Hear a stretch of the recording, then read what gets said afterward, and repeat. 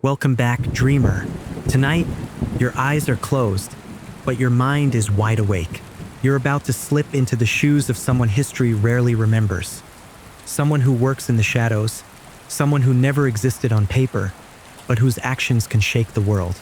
So settle in, dim the lights, let your breathing slow, and let your thoughts wander. Picture cobblestone alleys slick with rain, the flicker of gas lamps in the fog, and distant voices echoing in a city that never truly sleeps. You are in London. The year is 1868. The streets smell of coal smoke and damp stone. Steam rises from manholes and curls over wet rooftops. Horse hooves clatter along narrow lanes. The world is on the brink of something new. Industry, rebellion, and control. You've had this dream before, only this time, you don't wake up. You're 17 when you kill your first man. The knife doesn't shake in your hand the way you expected it might. His breath is warm on your cheek for one fleeting moment. Then it's gone. He was a courier, a pawn of the Templars. He carried a rolled letter hidden in his boot, marked with strange symbols and ancient names. You memorize the map drawn on the parchment before the fire takes it as evidence. You don't flinch as it burns. They trained you not to. The assassins trained you well. In the years that follow, you and your twin sister hone every skill in the shadows, moving unseen, striking swiftly, and fading away like a whisper. Your mentors taught you history, strategy, and the creed by which you live. Stay your blade from the flesh of the innocent, hide in plain sight, never compromise the brotherhood. Now, those years of training are about to be put to the ultimate test. It is late spring when you and Evie, your twin, find yourselves on a train headed straight into the heart of London. Rain streaks the windows as the steam engine chugs along. You quietly thumb the worn insignia on your belt, a symbol of the brotherhood, while Evie checks the hidden blades at her wrists. Neither of you speaks much. You've both waited for this moment for a long time. London, a city of millions, the capital of the world, and a city under Templar control. Before this journey, you already struck a blow against the Templars. In a steel mill far to the south, you dispatched Rupert Ferris, a cruel industrialist whose factories ran on child labor and broken backs. And deep in a secret laboratory in Crawley, Evie infiltrated the workshop of David Brewster, a Templar scientist. He had been experimenting on a strange piece of Eden, an apple of Eden. Evie ended Brewster's life and tried to retrieve the artifact, but it shattered in a burst of uncanny energy, exploding in her hands. In its final moments, Brewster had boasted of an even greater prize, another piece of Eden hidden somewhere in London. You and your sister reported these events to the Brotherhood Council. The elders were alarmed. This new piece of Eden could tip the balance of power if the Templars found it. But when you volunteered to go to London, they forbade it. London was firmly in Templar hands, they said. The Brotherhood there had been all but destroyed. It was too dangerous, too great a task for two young assassins barely out of their training. You and Evie listened, and then, together, you quietly decided to defy those orders. If London was lost, you would find a way to take it back. If a piece of Eden lay hidden there, you would find it before the Templars could. Consequences be damned. So here you are now, arriving at a London station in the gray light of dawn.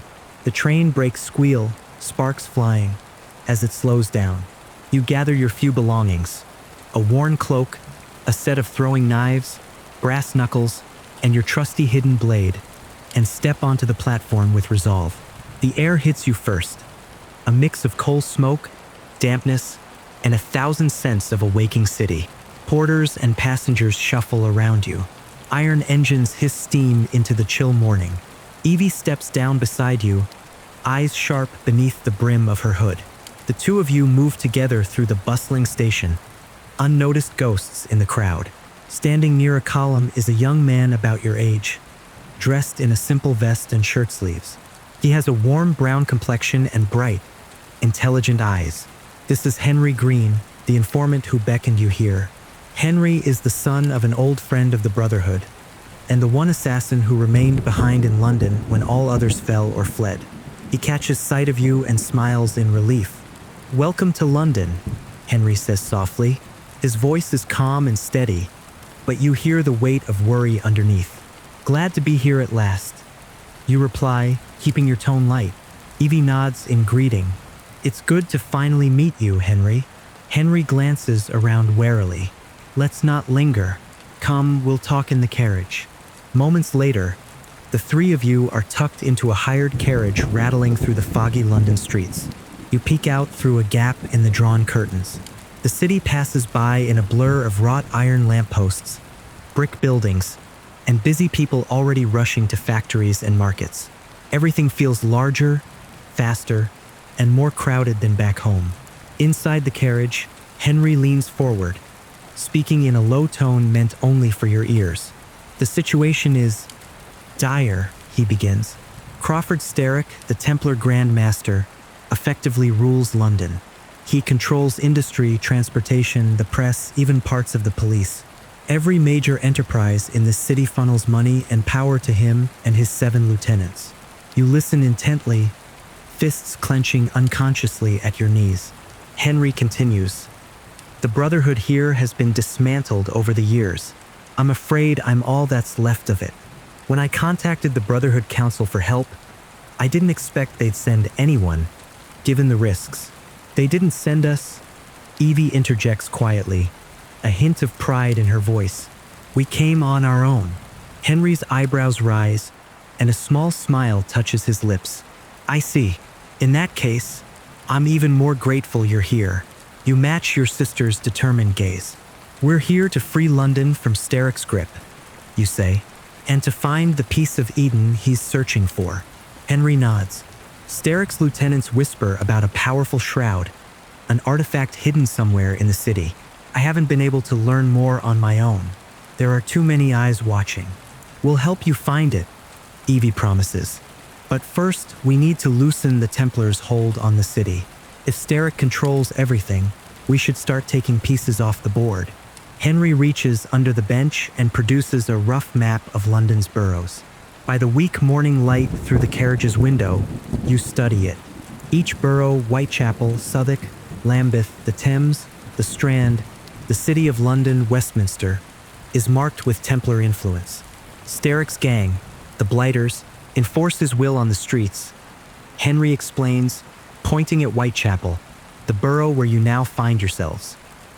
Here in Whitechapel, a gang leader named Rexford Kaylock runs the rackets. The police don't interfere much.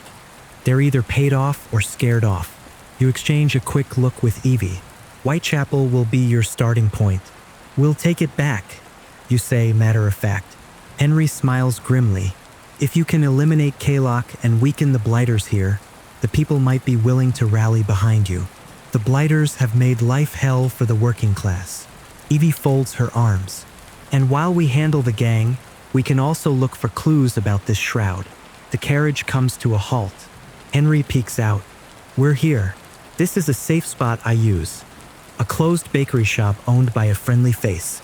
The three of you step out onto a narrow Whitechapel street glistening with last night's rain. The dawn light is pale and weak, filtering through the coal smoke that already pours from chimney stacks. Henry leads you to a small shuttered storefront and through a back door. Inside, dust motes dance in the dim light coming through slats. It smells of stale bread and flour. Henry clears a space at an old wooden table and unrolls the map again. I'll do what I can to support you. I have a few contacts, people in London who hate Sterrick and might help if we prove ourselves. A child named Clara O'Dia keeps an ear to the ground with the street children, for instance. There's also an inspector at Scotland Yard, Sergeant Frederick Aberline, who isn't entirely blind to the city's corruption. You nod, taking it in. It's a relief to have any allies at all, however modest. Evie traces a finger on the map around Whitechapel. Kaylock and his Blighters. Where can we find them? Henry points to a few inked X's. They have several strongholds in this district. A warehouse by the river docks, a factory they extort for money, and one of their leaders often holds court at a pub near the depot. If you hit those places, free any innocent people they're holding or impressing into labor, you'll weaken Kaylock's influence. Draw him out. Understood, you say. Already, a plan forms in your mind of swift strikes under cover of darkness. gangs of thugs scattering as you appear from the shadows. Evie rolls her shoulders, preparing mentally. We should move soon, Jacob. Henry looks between the two of you. Jacob and Evie Fry, the twins who would liberate London. I admit it sounds like a penny novel, but after what I've seen the Templars do, I'm willing to believe in a little heroism. We're not heroes, you reply with a faint smirk. Just assassins. With that, the three of you get to work. Under cover of twilight, you and Evie slip out to begin the liberation of Whitechapel. The lamplight glows in hazy orbs along the slick streets as you make your way to the first Blighter stronghold, a warehouse by the river. You signal for Evie to circle around to the back. With practiced ease, you climb a brick wall and perch on a ledge, peering in through a dusty window. Inside, a group of Blighters play cards by lantern light, unaware they're being watched. In the far corner, a handful of frightened factory workers are locked in a cage, likely punished for defying gang orders. Your jaw tightens at the sight. You slip in through an open skylight. Silently, you drop down onto the rafters above. Evie is already in position at the back entrance, her silhouette just visible in the shadows. A thrown pebble clatters across the floor, your signal to each other. In a blur of motion, you drop onto the nearest thug, your forearm crashing against his windpipe to silence him before he can shout. Evie appears like a phantom behind two others, and with two swift, precise strikes of her cane sword, they collapse. The remaining Blighters scramble to their feet, but you and Evie are faster. A short brawl ensues between flickering shadows and grunts of pain. You parry a rusted knife and counter with a quick jab of your brass knuckles. Another attacker lunges, only to meet Evie's blade. Within moments, the warehouse falls quiet save for the labored breathing of the now free workers huddled in the corner. You find the key on the gang leader's belt and toss it to one of the trembling men behind the bars. You're free, you whisper. Go, get home safely. The workers murmur thanks and quickly scatter into the night, glancing at you and your sister with a mix of gratitude and awe. One stronghold down, many more to go. Over the next few days, you hit the Blighters again and again. A gambling den where they extort dockworkers' wages is shut down after you break in through a rooftop and send its thugs running. A factory safe house they used for weapon storage goes up in flames after you carefully rig the place to burn, making sure all innocents are out first. With each strike, the gang's grip on Whitechapel loosens, and whispers spread among the people that someone is fighting back. Clara O'Dia, the streetwise girl Henry mentioned, finds you one evening as you and Evie pause in a narrow alley to catch your breath. She's no more than 13, with dirt on her cheeks and bright, determined eyes. Is it true? She asks in a hushed voice. You're really taking on the Blighters? You crouch to her level, offering a gentle smile. We are, and we're looking for their leader, Rexford Kaylock. Do you know where he is? Clara nods eagerly. Kaylock's men have a train yard by the river. He comes there to collect payments sometimes. I've seen him. Evie places a light hand on the girl's shoulder. Thank you, Clara. You've been a great help. The children of London deserve better than what the Blighters give you. Clara grins. We all do, miss. Give Kaylock a good one for me and my friends. Will ya? She disappears back into the shadows as swiftly as she came, off to spread word among her network of urchins. Armed with Clara's information, you and Evie make your way to the rail yard on a crisp, moonlit night. The clatter of train wheels and the hiss of steam engines provide a constant background hum. You spot Kaylock's personal train, a black locomotive and a few cars, idling on the tracks, its furnace glowing orange. Blighters patrol the area, but their numbers are thinned thanks to your earlier efforts. You and Evie slip through the yard, using stacked crates and train cars as cover. Up ahead, standing on the engine's footplate, is Rexford Kaylock. He's a burly man with matanchop whiskers and a permanent scowl. He barks orders at a nervous underling, likely aware that something has been picking off his men. Without waiting, you move in. Evie silently takes down a guard on the platform while you vault over a coupling and land on the back of the locomotive. Kaylock hears the thump and whirls around. His hand goes to his revolver, but you're already upon him. Your fist connects with his jaw, and he staggers back against the boiler. "Assassins!" he roars, realization hitting him. Chaos erupts. His underling yells, and the remaining blighters charge toward the train. Kalok, recovering from the blow, grabs a fire iron from the engine and swings it at you. You duck, feeling the hot air from the engine on your back. Evie leaps onto the train car behind you, engaging the rushing gang members to keep them off your back. The night is filled with the clang of metal and the shouts of combat. Kalok scrambles up into the locomotive's cab, and suddenly the train lurches. He's released the brake and pulled the throttle. With a chug and a jolt, the locomotive begins to move down the track. He intends to escape, and maybe to take you both out by barreling this train through anyone or anything in its path. Without hesitation, you jump into the cab after him. The train picks up speed, wheels screeching. Evie manages to grab hold of the last car and pulls herself aboard just as it leaves the yard. Inside the cab, you grapple with Kalok. The furnace heat is intense. Sweat beads on your brow. He is strong, fueled by desperation. The train hurtles forward, out of the yard and into the foggy London night, pistons pumping furiously.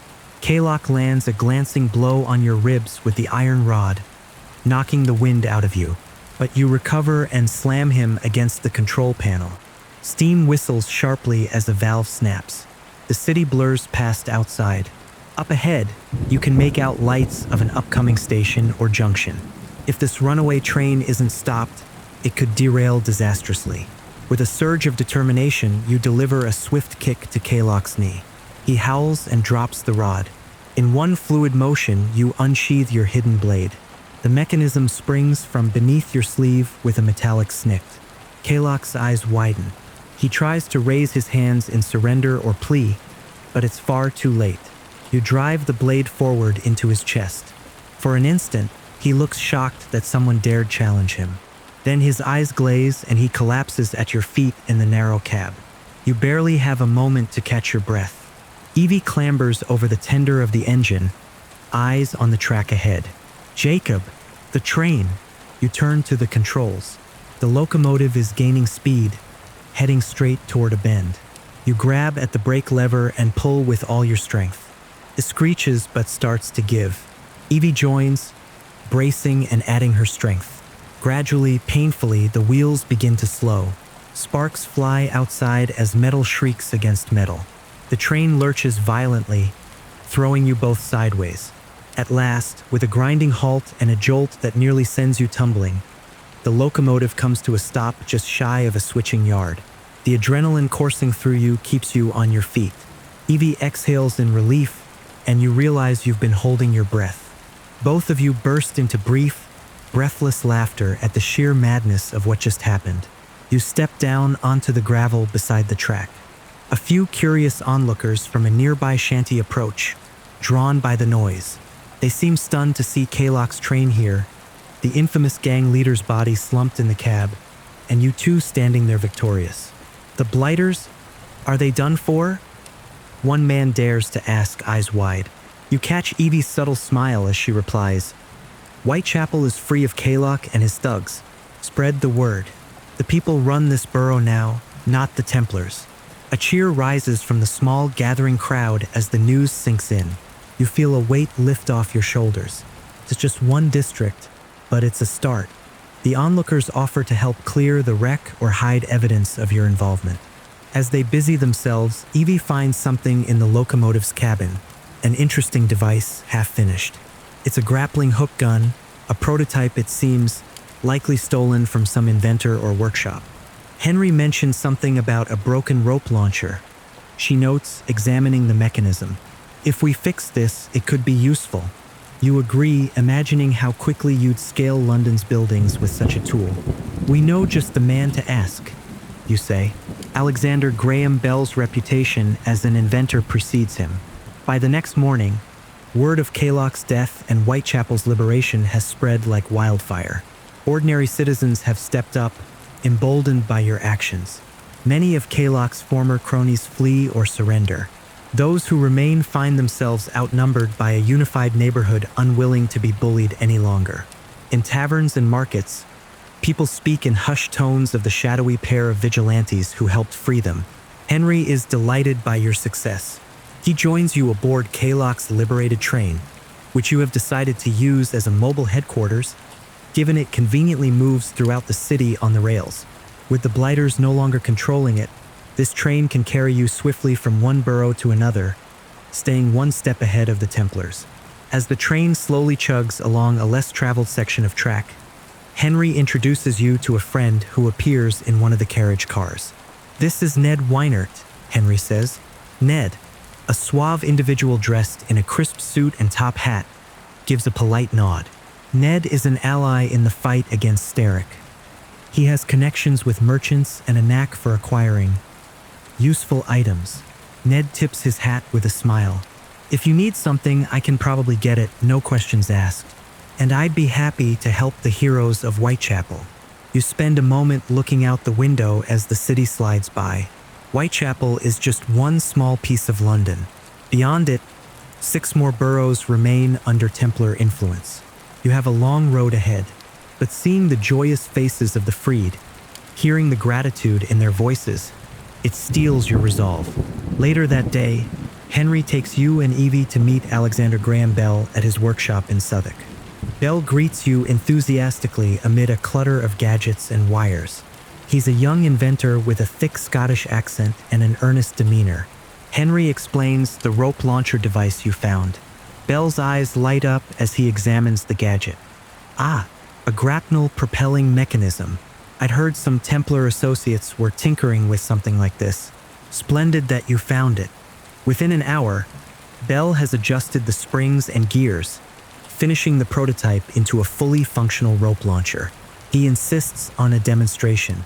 Outside his workshop, he shows you how to brace your arm, aim, and fire. With a thump and a whir, the rope darts out, the grapple embedding in the wooden ledge of a telegraph post high above. You press the trigger again and the mechanism swiftly hoists you upward, as if you were a feather on the wind. Your stomach flips at the sudden ascent, but you can't help grinning as you reach the top in seconds. Evie joins you, using the device with natural grace.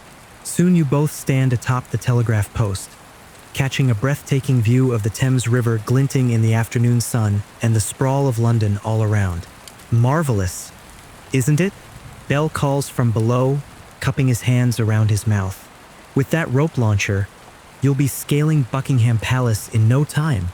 You and Evie exchange excited looks. This tool will indeed make your work much easier. Back on solid ground, Bell has another request. "One more thing, if I may impose upon you," he says, guiding you to a large contraption in his workshop. It looks like a battery wired to several strange-looking metal coils. Steric's influence has made it difficult to communicate across the city. He's got a monopoly on the telegraph lines, but I have been working on an independent telegraph network. I just need someone nimble to climb a few tall buildings and set these up. He gestures to a pair of small devices, each like a box with an attached wire antenna. Evie smiles. "We'd be happy to help, Mr. Bell." Thus, as dusk falls, you find yourself atop some of London's tallest structures, installing Bell's relay devices. With the rope launcher, scaling Big Ben's clock tower is almost effortless. The wind at that height tugs at your coat and Evie's skirts. Far below, the lights of gas lamps and homes flicker to life as night claims the city. Standing on the narrow parapet, you affix the last device and test the signal. Bell's jubilant whoop echoes faintly from the street far beneath as his telegraph comes alive with an incoming message on his independent line. A clear victory in the information war. Task complete, you and Evie linger for a moment atop the tower. The panoramic view of London at night spreads out around you. Glittering dots of light, the dark ribbon of the Thames, domes and smokestacks silhouetted against the moonlit sky, is beautiful and daunting in equal measure. "There it is," Evie whispers, her voice nearly lost in the breeze. "The city we're going to free." You breathe in the cool air, feeling an almost dizzying mixture of exhilaration and responsibility. "One piece at a time," you reply softly. "Whitechapel was the start. The rest of Steric's empire will fall, and we'll find that shroud." Evie nods. We should return to the train and plan our next move. There's much to be done. In the days that follow, you turn your attention to the mysterious tonic plaguing the poorer boroughs of London, Sterrick's so-called soothing syrup. Reports come in from Henry and Clara, people lining up for bottles of it, swearing by its miraculous effects, yet falling ill and docile. It's clear the Templars are using it to subdue the masses, keeping them addicted and compliant. We have to stop this poison from spreading. Evie insists one morning as you and your allies convene in the moving train hideout. A telegraph from Bell arrives, relayed by his new network, confirming that shipments of the syrup have been traced to Lambeth. I'll go, you volunteer. This feels like your kind of mission, finding the source and cutting it off at the root. Maybe I can get someone to tell me who's behind it. Henry nods. Be careful. The Templars guard their industries well. Perhaps you might find help in unexpected places. He slides over a handbill that was circulating around Lambeth, a critique of Sterrick syrup penned by none other than Charles Darwin, the renowned naturalist. Apparently, Darwin has been publicly warning people of the syrup's dangers. You grin. Darwin, is it? Maybe I'll pay him a visit. Before you depart, Evie catches your arm. While you're handling that, I'll see if I can dig up more about the shroud. That journal we found in Kaylock's hideout. There were hints about something hidden by an assassin ancestor, Edward Kenway. Henry and I will follow that trail. Sounds good, you reply. Just be careful. We don't know who else might be after the same clues. She smiles. I'll be fine, brother. You watch yourself as well. With that, you part ways for now. Evie and Henry head off toward the River Thames where Kenway's mansion is said to lie, while you make for Lambeth in search of Darwin and the source of the syrup. Lambeth is a district alive with street markets and working-class families, but you notice an eerie sluggishness in the air. Many people you pass wear listless expressions, and a few stumble about as if in a daze. The syrup is already wreaking havoc here. You find Charles Darwin engaged in a heated exchange with a street vendor who is hawking bottles of Sterrick syrup on a busy corner. Darwin, a gentleman with a thick beard and earnest eyes, holds one of the bottles up to the light. You must stop selling this, he urges the vendor. It's untested, unregulated, and dangerous. People could be poisoned. The vendor sneers. If it's so dangerous, why do folk keep coming back for more? It's perfectly safe. My supplier swears by it. You step forward, hood drawn low. And who might your supplier be? You ask calmly. The vendor eyes you warily. Just a distributor, friend. Delivers crates to us weekly. None of your business. You exchange a look with Darwin. In a swift move, you snatch one of the syrup bottles from the cart and smash it against the ground. The glass shatters, sticky liquid seeping into the dirt. The vendor protests, but you grab him by the front of his shirt and gently yet firmly pin him against the wall of a building. The name of the supplier, you repeat quietly. Your voice holds an edge that means business. The vendor gulps, glancing between you and Darwin. Okay. They bring the crates at night to a warehouse by the river, near Lambeth Bridge. Some Dr. Fella oversees it. That's all I know, I swear. You release him. Do yourself a favor and stop selling this drivel, you warn. Next time, it won't be just one bottle I break. Darwin steps in as the shaken vendor scurries off. Thank you, my friend. That stuff is truly pernicious. I suspect it contains addictive substances, perhaps even opium or worse. You introduce yourself simply as someone working against Sterrick. Darwin needs no further explanation. Well met, sir. If you're going to that warehouse tonight, I should like to observe. For science and to help if I can. Night finds you and Charles Darwin crouched behind crates outside the Riverside warehouse. In the dim glow of the moon, you spot men loading barrels onto carts. Even at this late hour, they wear the colors of the Blighters. Darwin whispers, I can distract those men by the pier, maybe tip over a lamp and create a flash. Simulate one of my experiments. He winks. You chuckle quietly at his audacity. Just be careful. As Darwin moves off to create a diversion, you skirt around to a side door. Inside, the warehouse is filled with the sickly sweet smell of the syrup being brewed. Large vats bubble with a molasses-like concoction, and workers pour the liquid into bottles on long wooden tables. Overseers with cudgels walk up and down, occasionally yelling at the workers. At the far end, standing out with his tidy suit and air of authority, is a man writing in a ledger. You recognize him from Henry's briefing as Dr. John Eliot's son, a former physician turned Templar puppet master, who now uses his skills for Sterrick's ends. This is the man behind the syrup. Up in the rafters, you creep silently until you're perched above the production floor. Darwin's distraction suddenly plays out. A bright flash and a pop from outside, followed by shouting. Several thugs and workers rush out to see what's happening. In the confusion, you drop down to the floor behind a stack of barrels. One guard remains near the vat, scratching his head at the commotion. You take him out silently, a quick sleeper hold until he slumps. Moving swiftly, you locate a lantern hanging on a post. With a deep breath, you knock it down directly into the largest vat of syrup. The glass shatters and the flame ignites the highly flammable concoction with a whoosh. Fire begins to spread across the surface of the syrup, crackling aggressively. Shouts of alarm rise as the blaze is noticed. Workers flee. Eliot's son appears stunned, then furious. He barks, "No, you fools! Don't let it burn. Salvage what you can. Who did this?" He then spots you in the flickering light, your dark figure unmistakable against the glow of flames. His eyes narrow. Before he can flee, you sprint along the catwalk toward the office where he stands. Eliot's son backs away, pulling a pistol from his coat, and fires. The shot goes wide, pinging off a metal tank behind you. You close the distance and vault over the railing, landing right in front of him. The doctor tries to fire again, but you knock the gun from his hand with a swift kick. "That tonic is poisoning this city," you say through gritted teeth, circling him as the fire behind casts dancing shadows. "I won't let you enslave people with it." Eliot's son sneers, regaining some composure. "You think you can stop progress? Sterrick will replace every drop, and you'll die knowing you only delayed the inevitable."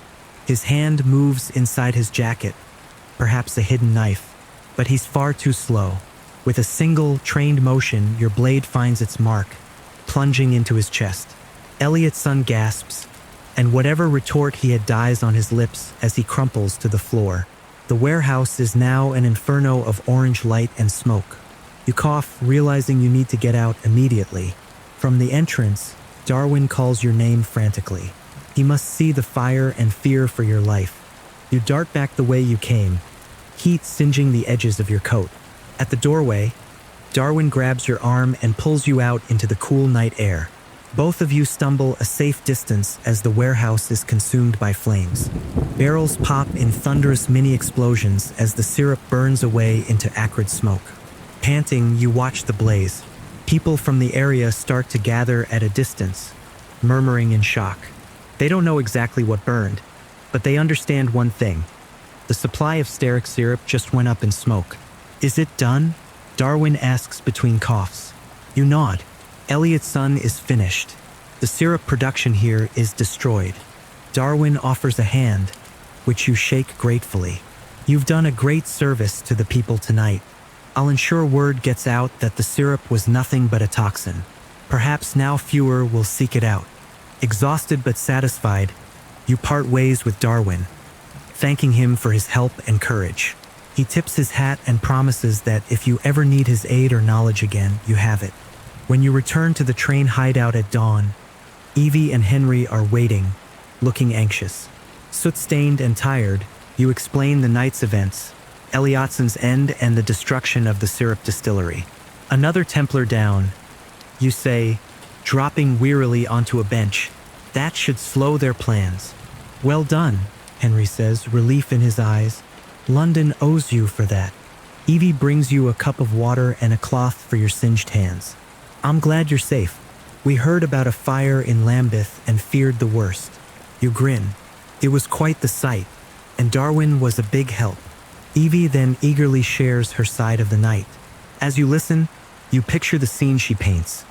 She and Henry creeping through the rusted iron gate of Edward Kenway's deserted mansion under the moonlight.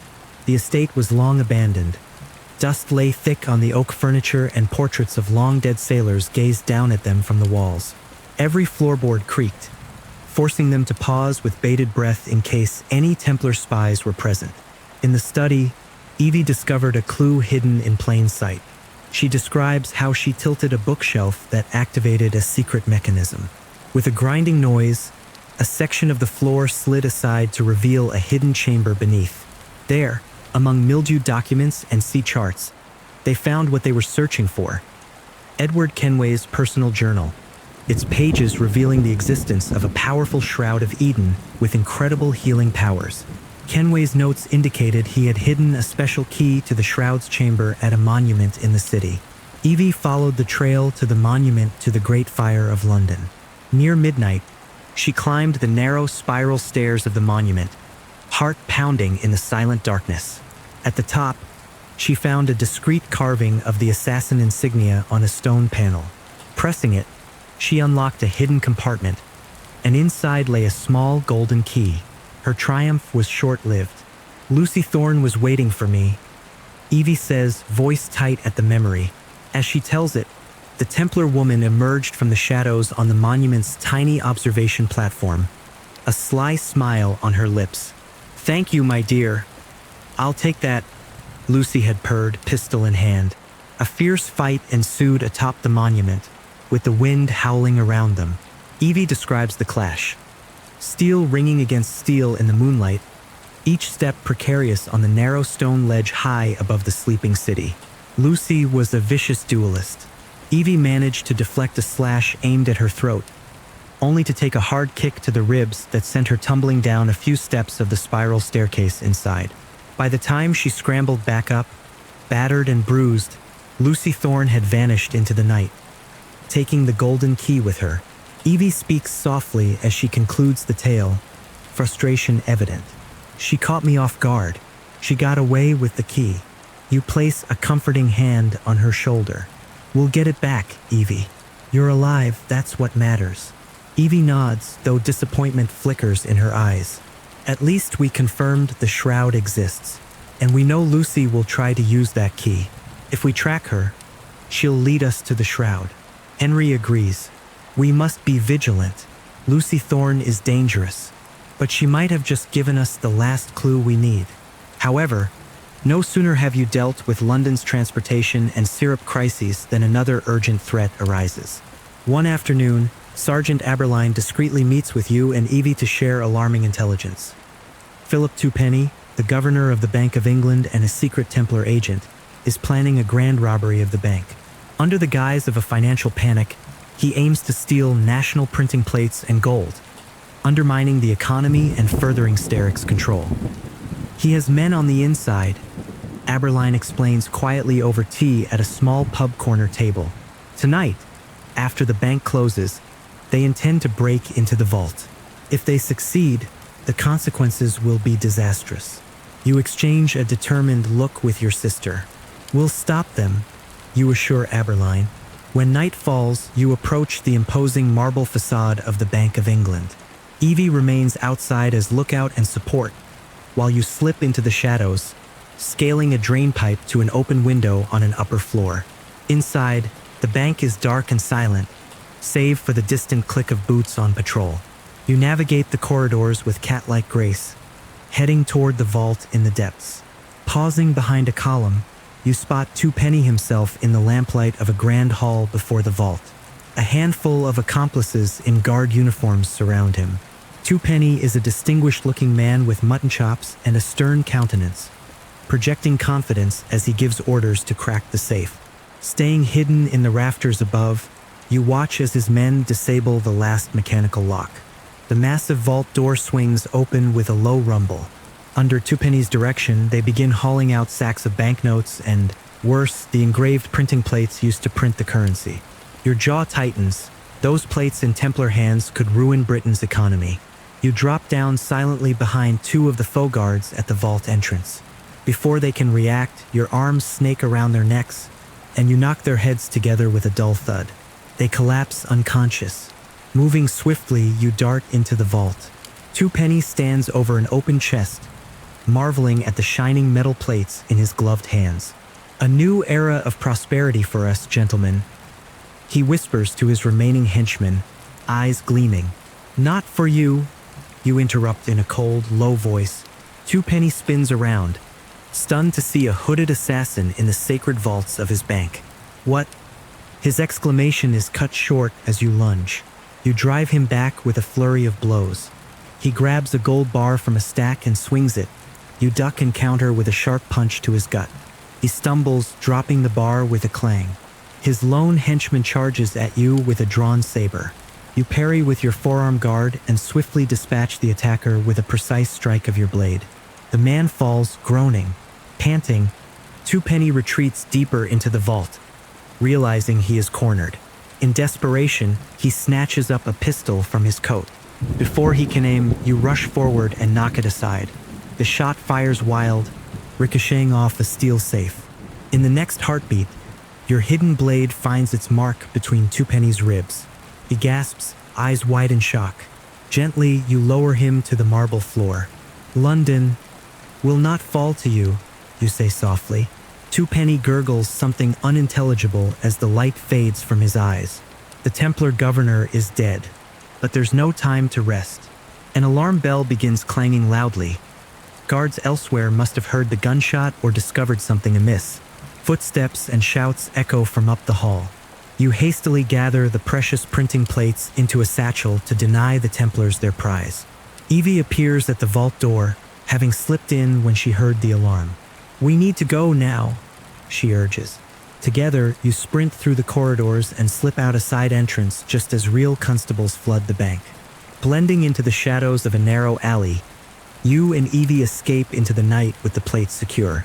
At a safe rendezvous, you hand the satchel of plates to Aberline, who arrived after hearing the alarm.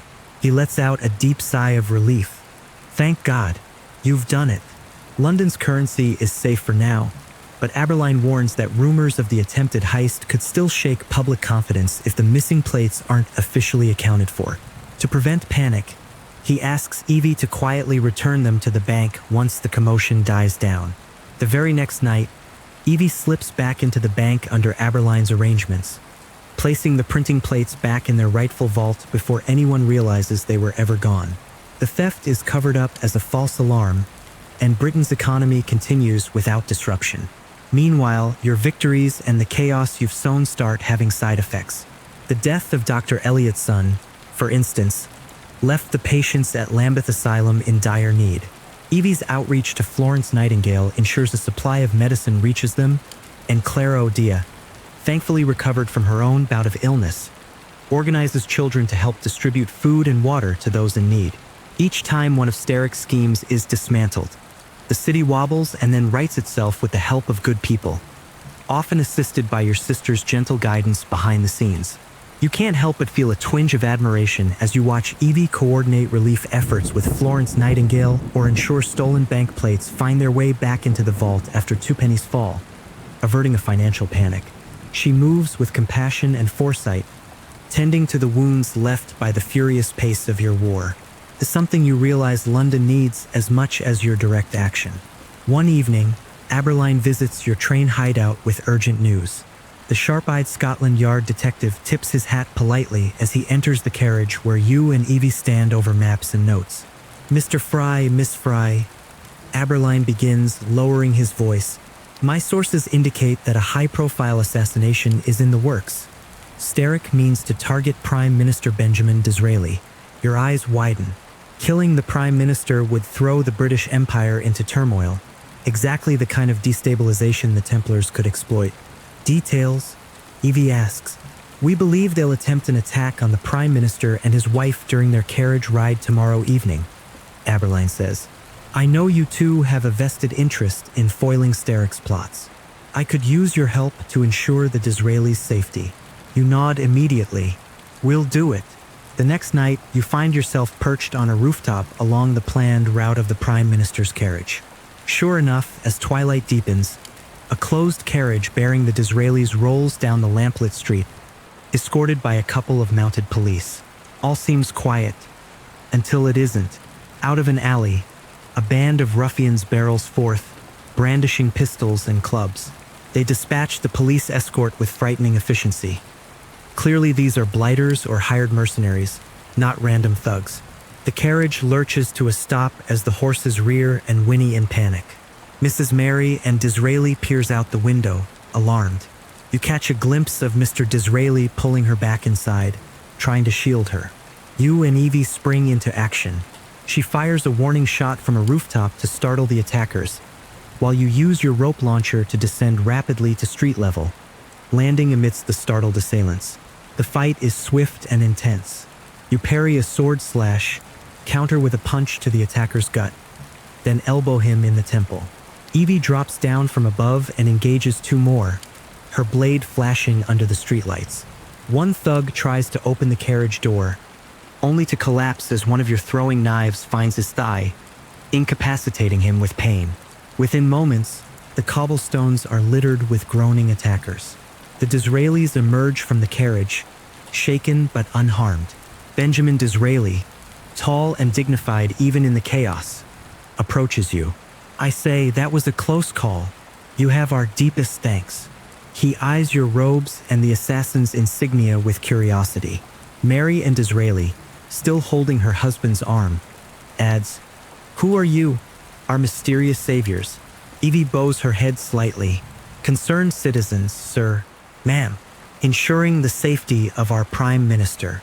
Aberline arrives at a sprint, tipping his hat and affecting the air of having just stumbled upon the scene. "Prime Minister, madam, are you all right? Thank goodness." It seems these good Samaritans intervened. Disraeli nods in appreciation. "London is in your debt.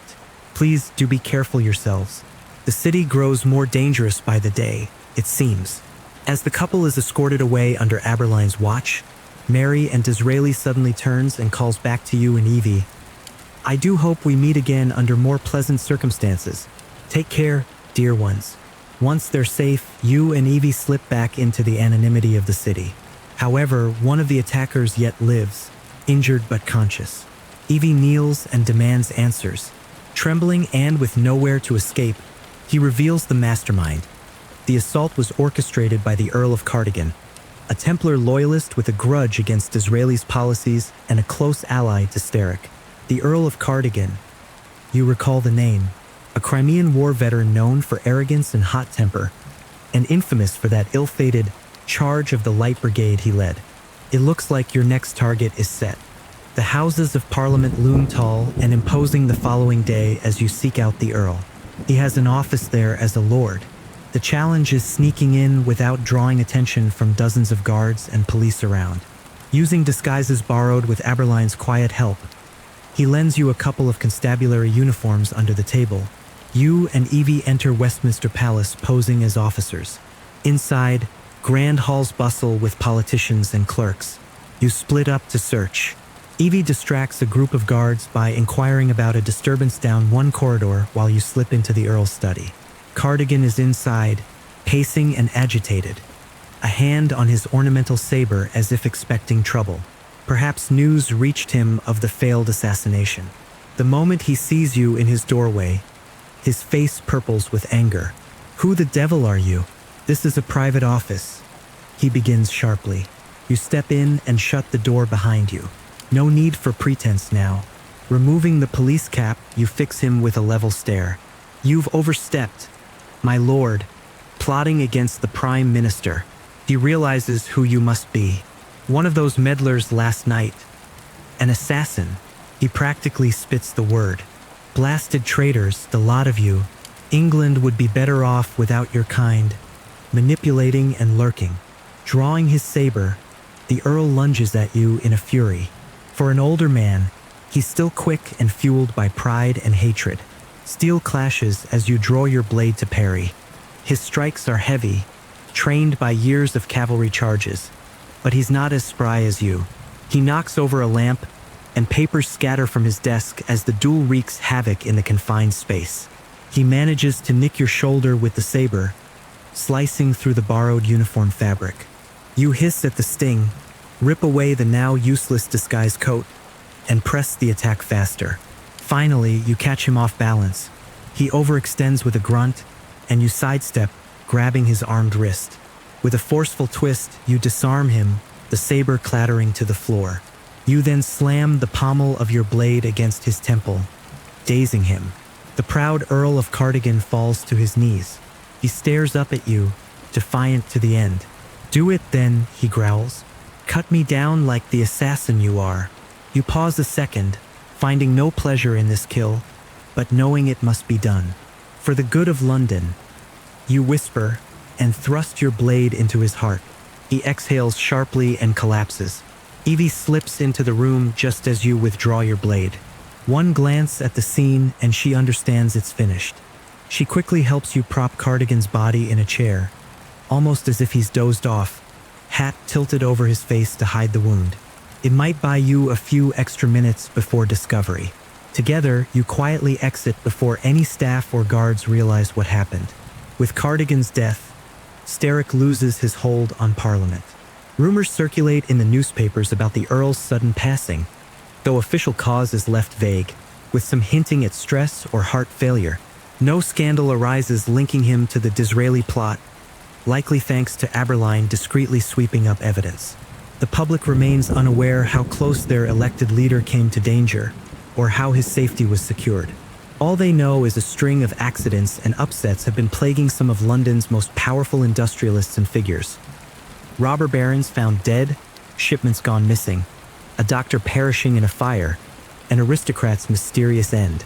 Whispers begin to spread of the ghosts in the shadows fighting the corruption. Some say it's the return of the legendary assassins of old. The idea gives people hope and makes Templars wary. For you and Evie, though, there's little time to rest on laurels. The Shroud of Eden remains unfound, and Lucy Thorne still has the key. News reaches you through Henry that Lucy is making her move, decoding more of Kenway's journal and likely using her own Templar resources.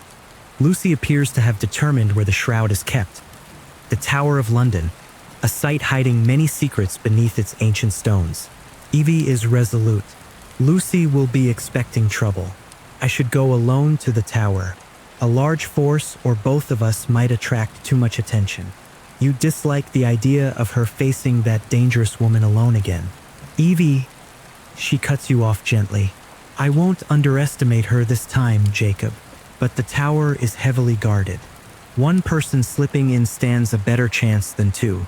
Besides, she adds with a small smirk, I do have the better sneaking skills, don't I? You smirk back reluctantly. Just come back safe and finish her. Evie nods, adjusting her hood and equipping herself for a stealth mission. Smoke bombs, throwing knives, tools to pick locks. Henry promises to provide any help he can from outside, like creating a distraction at the right time. As darkness falls, Evie departs for the tower. You wait anxiously on the train, going over maps and plans repeatedly in your mind, trying to distract yourself by thinking of the future moves against Steric. Henry stays with you, equally tense, a revolver resting on the table as if that could somehow protect Evie from afar. It's near midnight when you hear the soft thump of someone jumping onto the roof of the train car and then down to the side. Instantly alert, you reach for your weapon. The door slides open and there stands Evie, winded, a bruise on her cheek, but very much alive. Relief floods through you. In her hand, she holds a metal key, ornate and old, and stained with blood.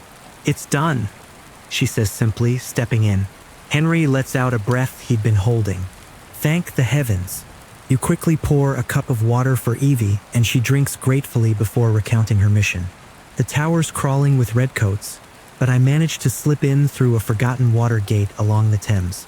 Lucy was already inside, down in an old chamber below the White Tower.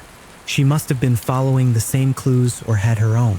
They found where Kenway hid the key. Evie pauses, eyes distant as she relives the encounter. She was trying that key on every lock, every surface. Took me a while to reach her without alerting the guards. When I finally confronted her, we fought. It was fierce, Jacob. She was fighting like a woman possessed, as if the shroud were her personal salvation. Your hand unconsciously tightens into a fist, imagining the duel. In the end, I outmaneuvered her. Evie continues softly. I used a throwing knife to disarm her and then, I made sure she won't threaten anyone again. She opens her hand, showing you the blood-smeared key. I recovered this from her. The shroud, however, was not in that chamber. She died telling me what we feared. The shroud isn't there. The Templars must have moved it, or the information was wrong. Evie looks down, exhaustion and sorrow lining her face. Despite Lucy being an enemy, taking a life leaves its mark. You place a comforting hand on her shoulder. You did what you had to, you assure her. And now Lucy Thorne is off the board. Evie manages a small, tired smile. One less Viper to worry about. Henry examines the key. At least it's back in our hands. If the shroud isn't at the tower, perhaps it's elsewhere. Buckingham Palace, maybe. The royal crypts. You and Evie exchange glances. The idea isn't far-fetched. Sterrick has fingers in many pies, but Buckingham is highly secure. If the Templars already had the shroud, they wouldn't have needed Lucy to find it. Likely, they still search, narrowing possibilities. We'll figure it out, you say? But first we have to deal with Sterrick himself. With nearly all of Sterrick's loyal followers eliminated, only the final confrontation remains.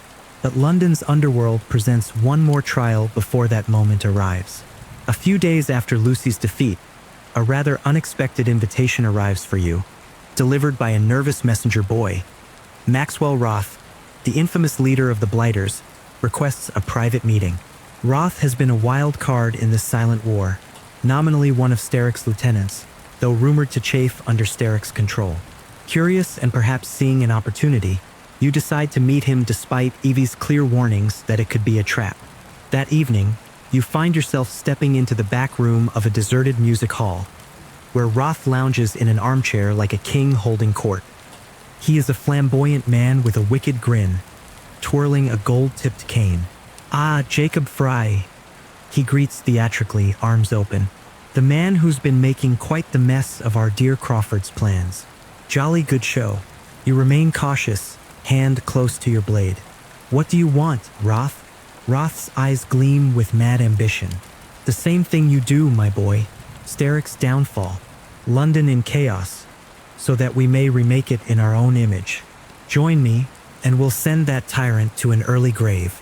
Despite Evie's advice whispering in the back of your mind, you can't entirely dismiss his offer. Taking down Sterrick's operations with an insider's help is tempting. You agree, albeit warily, to a temporary alliance. Over the next few days, you and Roth strike several blows against Sterrick's remaining enterprises. With his insider knowledge and your skill, you cause chaos among the Templars' operations, enough to leave Sterrick's organization reeling. Yet Roth's methods grow increasingly unhinged. He revels in the violence, urging ever more brutal tactics. The breaking point comes when Roth unveils a plan to destroy one of Sterrick's factories. A workhouse that, unbeknownst to you until the last minute, is filled with child laborers. As Roth's henchmen set explosives around the building's perimeter under cover of night, you realize the horrifying truth. If the plan proceeds, dozens of innocent children will perish. "No, we're not doing this," you hiss, grabbing Roth's arm as he strikes a match to light the fuse. Roth glares at you, incredulous. Don't be naive. Sometimes collateral damage is the cost of victory. You knock the match from his hand. "Not like this. I won't become a monster to stop one." For a tense moment, you and Roth stand nose to nose in the dark alley, the distant whimpering of frightened children audible through a cracked window. Fury dances in Roth's eyes, but he masks it with a cold smile. "Very well, if you've lost your nerve." He gestures to his men, and they back off, leaving the explosives unexploded for now. Roth gives you a mocking bow. "Perhaps we're not as like-minded as I hoped, Jacob." Pity, heart pounding with anger and disgust. You turn on your heel. "This partnership is over." You spit, marching away into the night. Behind you, Roth's laughter echoes hauntingly. A day later, a lavish invitation arrives at your train hideout. It seems Roth isn't finished with you yet. The engraved card invites you to a special performance at the Alhambra Music Hall, personally hosted by Maxwell Roth. Evie is immediately suspicious. It's obviously a trap. she warns. You nod grimly. Trap or not, you suspect Roth needs to be dealt with. I'll go, but I'll be careful, you assure her. That night, you enter the Grand Alhambra Music Hall through the main doors, blending with the crowd of well-dressed patrons. The air is thick with perfume and anticipation as people take their seats. Roth is nowhere in sight, but you feel him watching. The performance begins innocently, a troupe of dancers and an upbeat tune on the piano. But not 10 minutes in, a sudden blast shakes the theater. A section of the balcony bursts into flame. People scream and scramble. Panic erupts as curtains catch fire and smoke fills the hall. It's chaos Roth's doing, without a doubt. You push through the fleeing crowd toward the stage. There, amid the flickering firelight, Maxwell Roth appears atop a set piece, his face illuminated in hellish orange. He tips his hat when he spots you. Welcome, one and all, to the grand finale. He bellows over the din, arms outstretched as if conducting the mayhem. Roth! You shout, leaping onto the stage. He hops down nimbly, cane sword drawn. All around, fire crackles and spreads. The screams of trapped patrons cut through the blistering heat. You engage in a deadly dance amid the flames. Roth lunges with wild, theatrical swings of his cane sword. You parry and counter, fighting not just him but the growing inferno threatening to consume the entire hall. Burning embers rain from the ceiling. You can barely see through the thick smoke, but your focus remains on Roth's manic grin. He feints left with his cane, then slashes. His blade nicks your upper arm, searing pain. Ignoring it, you press forward with a series of quick strikes. Roth laughs, a high-pitched cackle, even as you drive him back toward the burning backdrop. A support beam collapses nearby in a shower of sparks. Roth glances at the fiery debris and then at you. His eyes shine with something between fury and admiration. What a show, Jacob? He coughs out, half choking on smoke. You've had enough. With a ferocious yell, you surge through his guard. Your hidden blade strikes true, plunging into Roth's chest. He gasps, staggered, falling to his knees as the flames rage around you both. He manages a faint, hoarse whisper, "Bravo," with blood on his lips. Maxwell Roth collapses, his twisted quest for chaos extinguished at last. There's no time to spare. You shoulder aside a flaming beam and help guide a few disoriented survivors out the nearest exit. With a final look back at Roth's motionless body amid the conflagration, you turn and escape into the cool night. Outside, covered in soot and with your arm bleeding from Roth's strike, you rendezvous with Evie, who had anxiously been waiting in a carriage nearby in case things went awry. The glow of the burning theater lights up the sky behind you.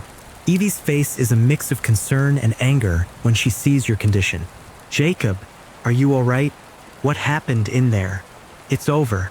Roth is dead," you say, voice raw from smoke.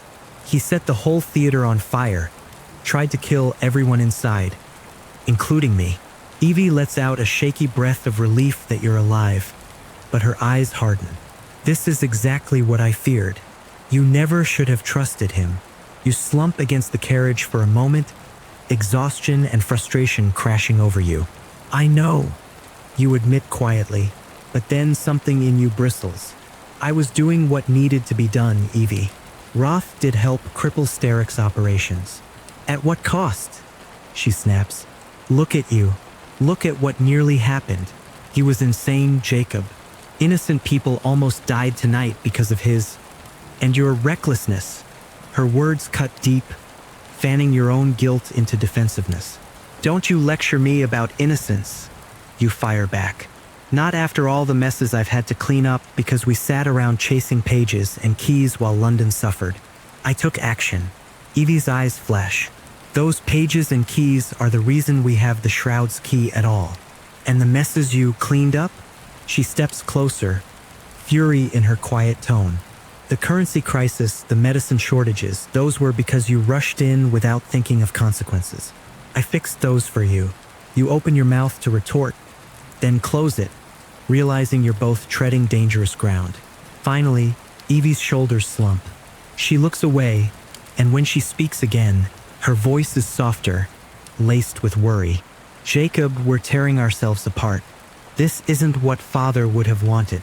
The mention of your father, the man who raised you in the brotherhood, who always preached unity, deflates the anger inside you. You run a hand through your soot-streaked hair. You're right. Your tone is contrite. I'm sorry, Evie. My stubbornness put people at risk. And you've been doing what I haven't. Keeping this city from falling apart. Evie shakes her head, and you see tears glistening in her eyes. I'm sorry too.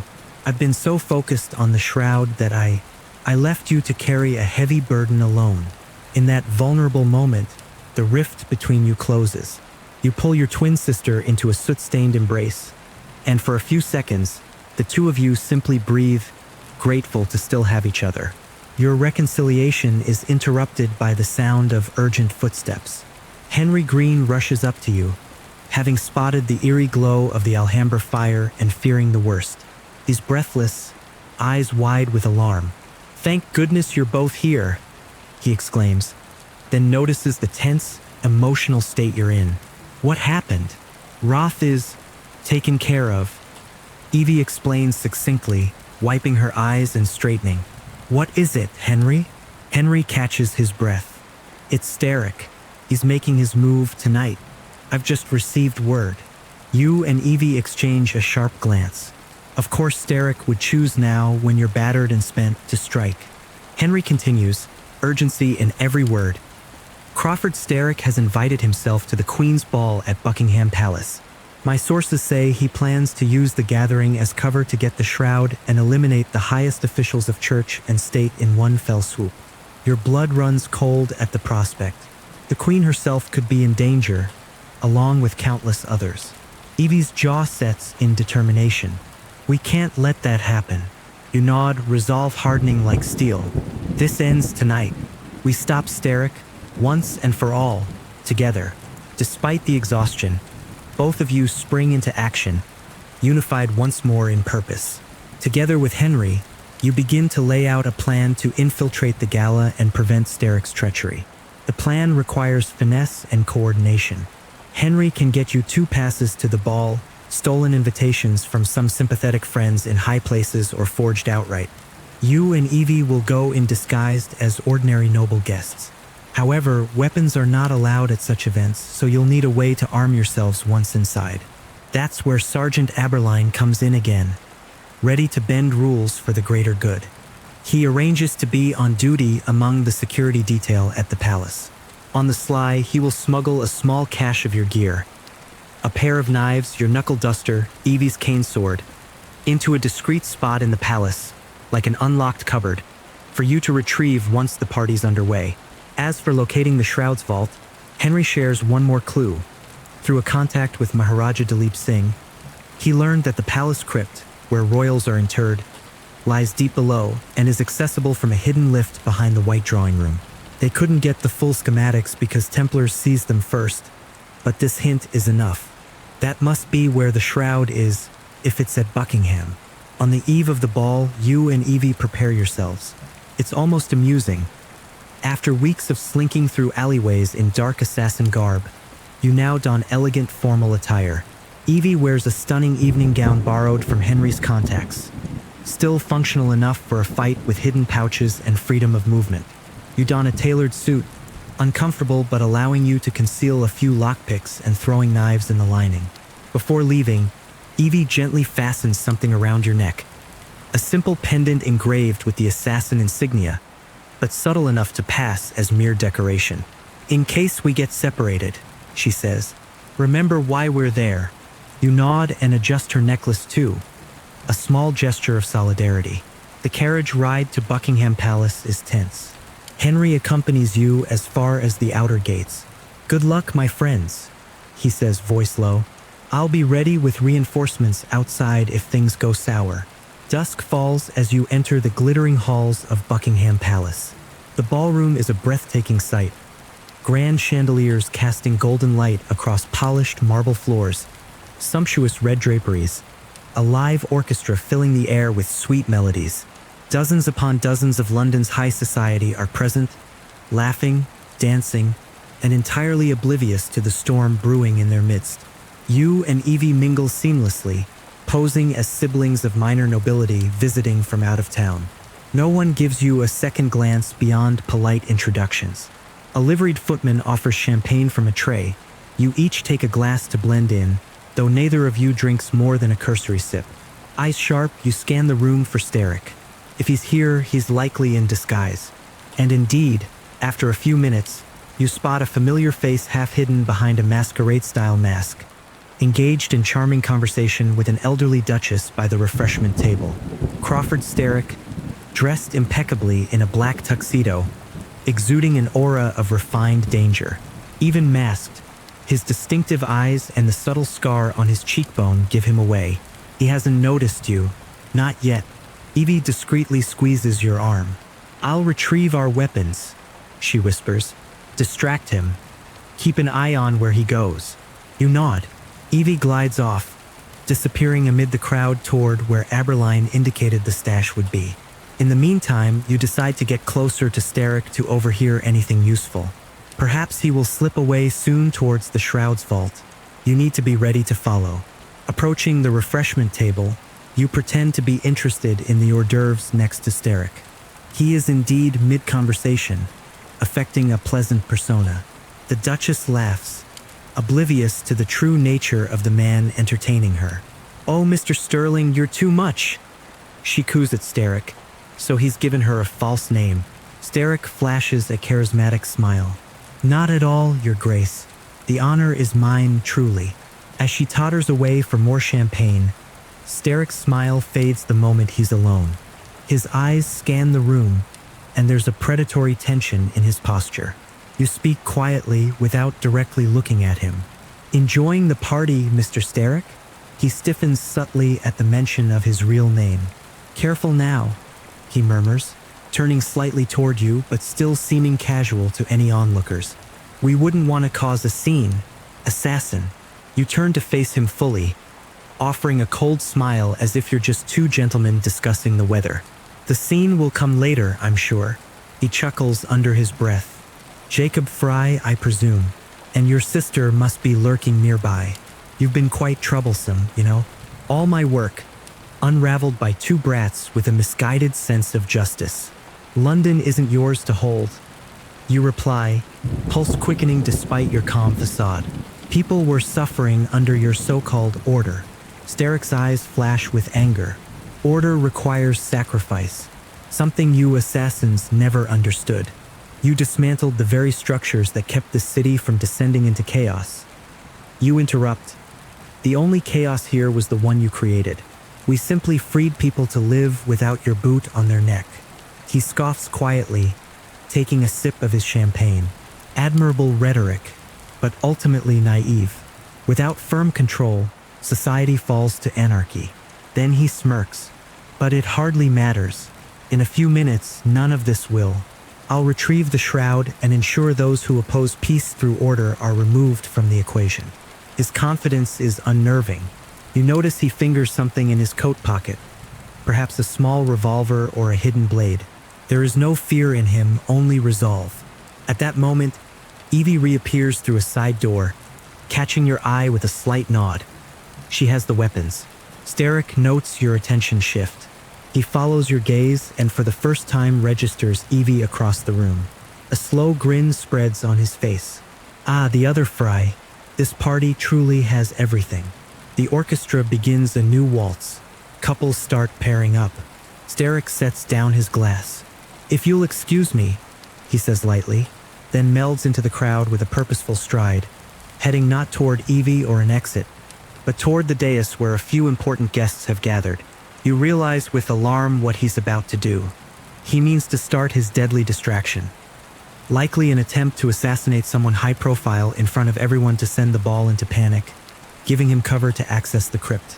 Sure enough, he moves toward a cluster including the Bishop of London and a prominent general. He's reaching into his jacket.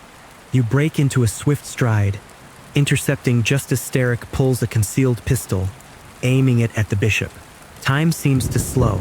You lunge, grabbing his arm upward. A gunshot cracks like thunder, the bullet shattering a crystal chandelier above. Shards rain down, and for a heartbeat, the entire ballroom falls into stunned silence. Then pandemonium. Screams erupt. People scatter in every direction away from the gunman. You and Sterek locked in a struggle. Guards shout and push through the crowd. Sterek elbows you sharply, breaking your grip, and leaps back onto the dais. The heads of London turned a blind eye to its suffering. He roars theatrically, playing into his ruse. Now feel the retribution. He fires another shot wildly into the air, further sowing terror. Guests stampede for the exits. In the chaos, Evie rushes to your side and quickly hands you your knuckles and blade, while she brandishes her cane sword. "We need to get him away from the crowd," she yells over the din. Sterek, seeing the two of you armed and ready, sneers and turns on his heel, dashing through a door behind the dais. The entrance to the white drawing room and beyond, likely heading for the crypt. You and Evie give chase, sprinting through the opulent halls beyond as alarms begin to ring throughout the palace. Down a marble staircase Sterek goes, two at a time, disappearing into the depths. You pursue close behind, adrenaline lending speed. At the bottom, an old wooden door lies open. Guards there knocked unconscious. Sterek must have arranged inside help or bowled through them. Beyond stretches a long stone corridor lit by flickering gaslight, leading to the royal crypt under the palace. You enter cautiously. The crypt is a vast underground chamber with vaulted ceilings and tombs of kings and queens of centuries past. In the center stands an ornate sarcophagus on a raised platform, and there is Sterek at that platform holding aloft the Shroud of Eden. It looks like a simple piece of silvery cloth, glowing faintly with an otherworldly light. He must have used Lucy's key or another method to open the tomb where it rested. Sterek turns to face you both as you approach across the crypt floor. His mask is off now, eyes alight with triumphant madness. He drapes the shroud over his shoulders like a cloak. "You're too late, assassins," he declares, his voice echoing in the chamber. "With this power, I am beyond your reach." You and Evie exchange determined looks. Blades drawn, you circle opposite sides to flank him. Sterek moves with uncanny speed. Before you can blink, he's upon you, striking out. You barely parry his blow and counter, slashing across his chest. The blade cuts, drawing blood. Then, before your eyes, the wound stitches itself closed under the shroud's influence. He laughs. "Try again, Jacob." Evie lunges from behind, her sword aimed for his back. Sterek whirls with lightning reflexes, catching the blade with his bare hand. Though it cuts his palm deeply, again the shroud heals him almost instantly. He sends Evie sprawling with a backhanded strike. This is no ordinary fight. Every wound you inflict vanishes seconds later. Sterek's strength and speed seem augmented by the relic, making him a blur of black and silver in the dim crypt. Still, you press on. It's 2 against 1, shroud or not. You trade blows furiously, using every ounce of skill. Evie distracts him on one side while you land a heavy punch on the other. He staggers but recovers, grabbing you by the throat with inhuman power and lifting you briefly off your feet. Stars burst in your vision as you struggle for breath. Evie strikes at his arm and he releases you, rounding to engage her anew. For what feels like an eternity, the three of you clash among the tombs. Your muscles ache, lungs burn. Sterek begins to show signs of strain as well. He may heal, but perhaps the energy of the fight or limitations of the shroud weigh on him. His movements become a shade less fluid. Unfortunately, your movements slow too. A desperate idea forms. The shroud must be removed or disabled. As long as he wears it, this fight is unwinnable. Catching Evie's eye, you murmur, "We have to get it off him." She nods, grim determination on her sweat-streaked face. You attack again, this time not aiming to wound him but to snag the shroud. Evie does similarly from behind, trying to tug at the cloth. Sterek realizes your intent and roars, throwing a wild punch that catches you on the jaw. You taste blood and fall back. Evie manages to grab a corner of the shroud and yank, but Sterek spins, wrapping it tightly around his arm now to keep it secure. "Enough!" he shouts, frustration lacing his voice. He reaches into his coat and pulls out a curved dagger, perhaps his last resort to finish one of you quickly. He slashes at Evie. She dodges, but the blade grazes her arm. She winces, momentarily faltering. He readies another strike to cut her down while she's off balance. No! You shout and hurl one of your throwing knives with all your might. The blade strikes Sterek's forearm, embedding deep. He snarls and the shroud shimmers, healing the wound, pushing the knife out as flesh knits. But the distraction is enough. Evie recovers and darts forward, using her cane sword in a clever feint low. Sterek moves to block it, arms down.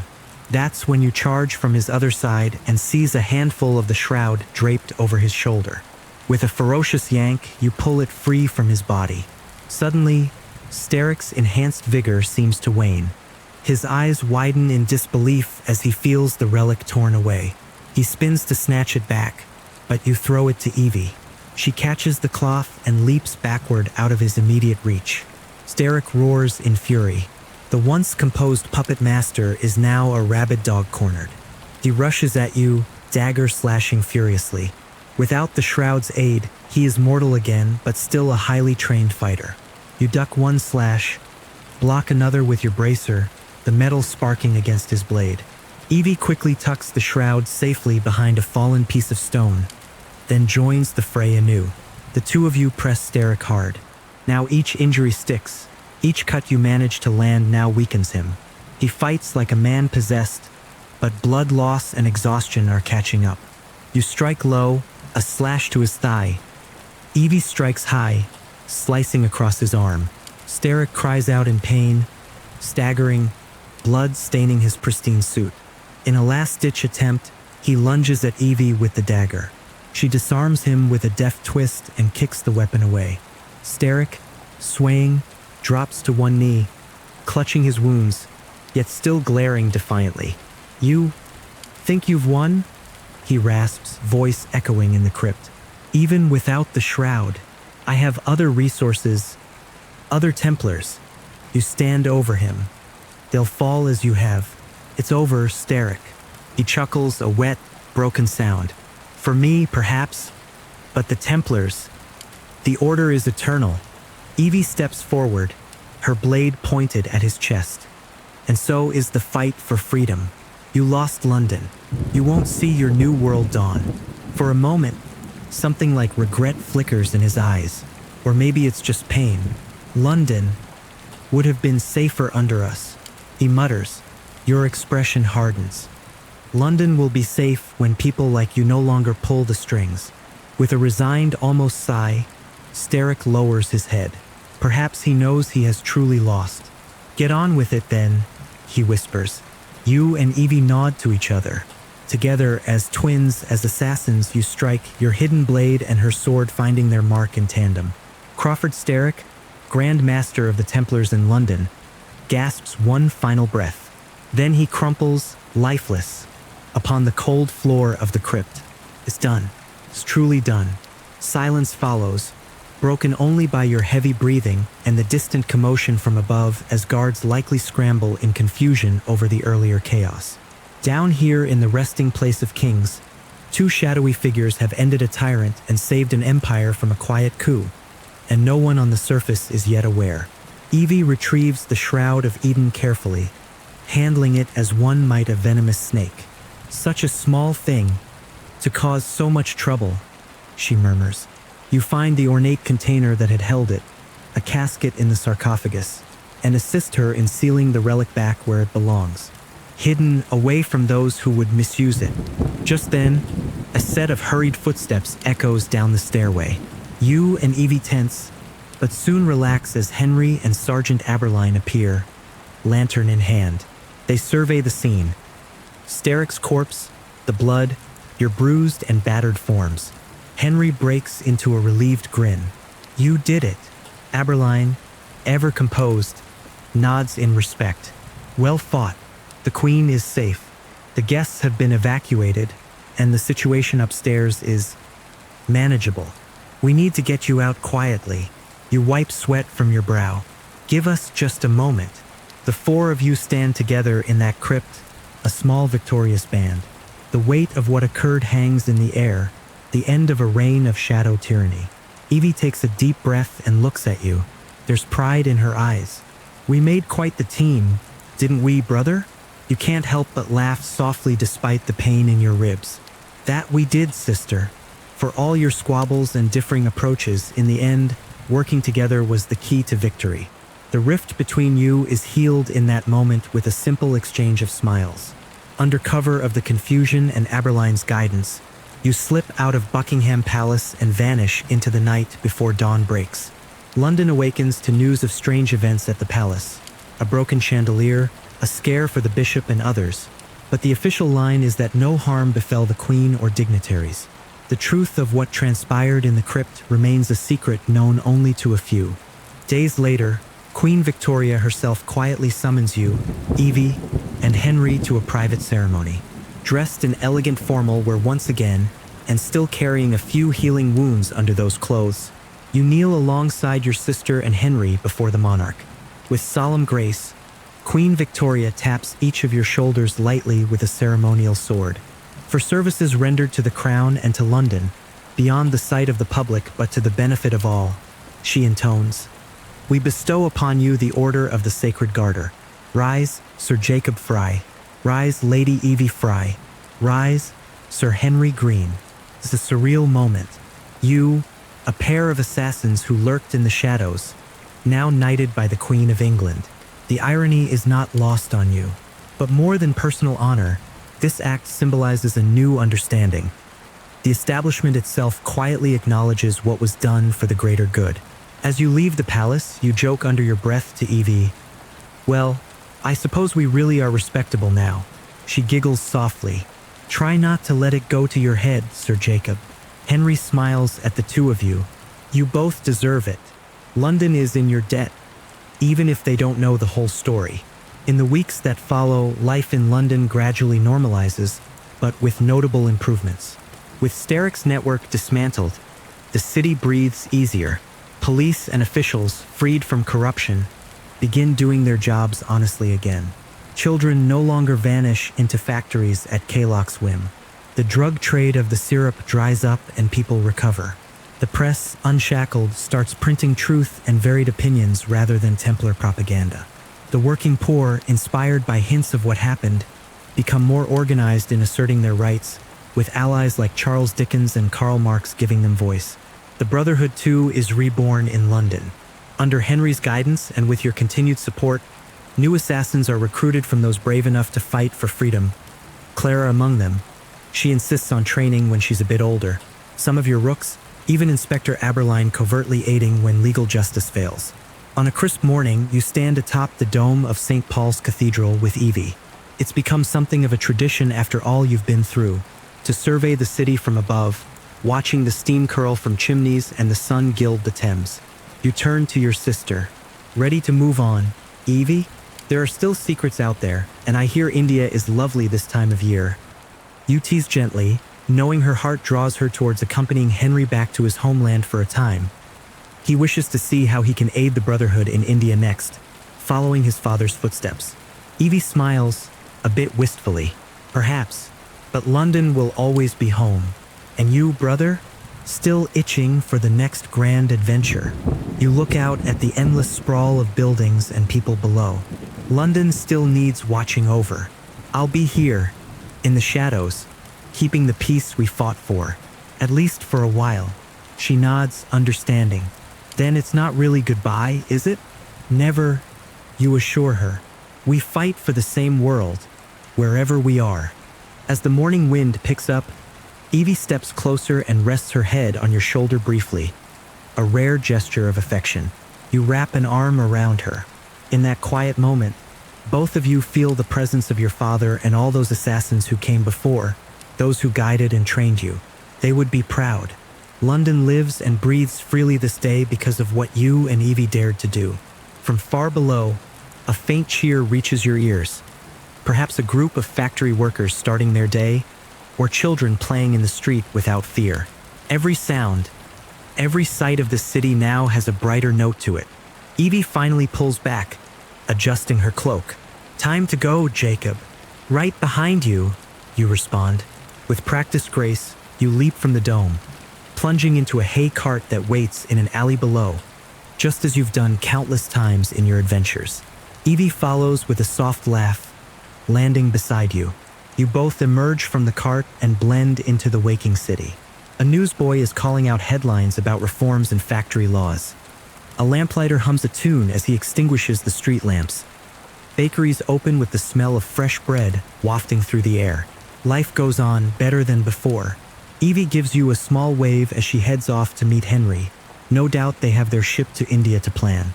"Take care of yourself, Jacob," she says. "Take care of each other," you reply meaningfully, eyeing her and thinking of Henry too. She blushes just a touch and nods, then disappears around a corner. Standing there in the London street, you pull up your hood. Already your keen eyes spot a thief trying to pick a pocket down the way, and you stride over to intervene. Not with lethal force, just a firm grab and a return of the purse with a warning to the lad. The city is changing, but your work isn't done. And that's all right. You embrace it. As the day progresses, you find a quiet moment at a park where once you, Henry, and Evie plotted your bold schemes. Sitting on the bench, you allow yourself to finally relax. You close your eyes and lift your face to the sun peeking through the clouds. The voices of London surround you. Carriages clattering, people bartering at market stalls, laughter of children skipping rope.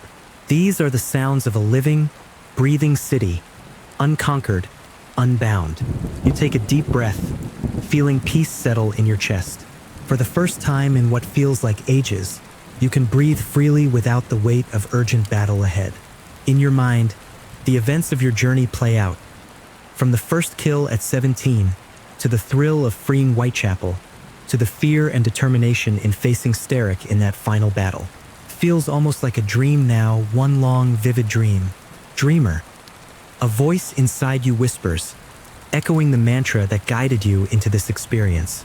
Yes, this was a dream of freedom, of fighting for what is right, and you lived it fully, bravely. The sun shifts and you open your eyes. Standing, you blend once more into the crowd, an unassuming figure among many.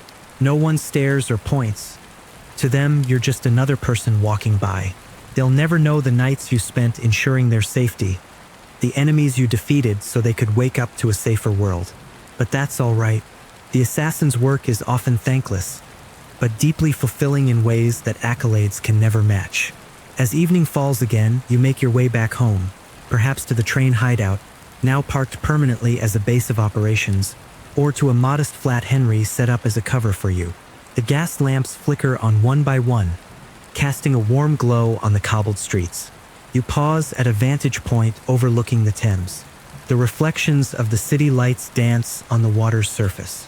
It's calm tonight. Your mission is complete. London is free. And now, dear dreamer, the time has come to rest. Close your eyes. Let the sights of Victorian London fade gently from your mind. The sound of carriage wheels and distant bells growing quiet. Feel the cool night breeze one last time as it brushes your cheek, carrying with it the faint scent of coal smoke and roses from the park. You've walked in the shoes of an assassin, felt the thrill of rooftop runs and the gravity of making life or death choices. You've seen injustice and fought to end it, seen darkness and shone light upon it. Not many will ever know what you did in the shadows, but you know, and that is enough. Now, as you step back from that world, allow yourself the peace you've earned. The creed you upheld will watch over the city and others like it, through those who remain and those who follow in your footsteps. Tonight, you can finally lay down your blade and slip away into gentle sleep, knowing that because of you, countless people will wake up to a better tomorrow. Breathe in slowly and exhale all the tension, all the excitement. The story is complete and you are safe. Sleep well, assassin. You settle into your real-world bed, sinking into the mattress as every muscle relaxes. The adrenaline of the adventure ebbs away, replaced by a gentle warmth in your limbs. Your breathing is slow and steady now, each inhale drawing in calm, each exhale releasing any lingering tension. In the quiet darkness behind your closed eyelids, you can still faintly picture the lights of London and the faces of those you helped, but they fade into a soothing haze. All that matters now is the softness beneath you and the ease of your body coming to rest. Allow yourself this peace. You've earned it. There is nothing more you need to do, nothing more you need to worry about. Just drift and sink deeper into a deep, restful sleep. Good night and sweet dreams.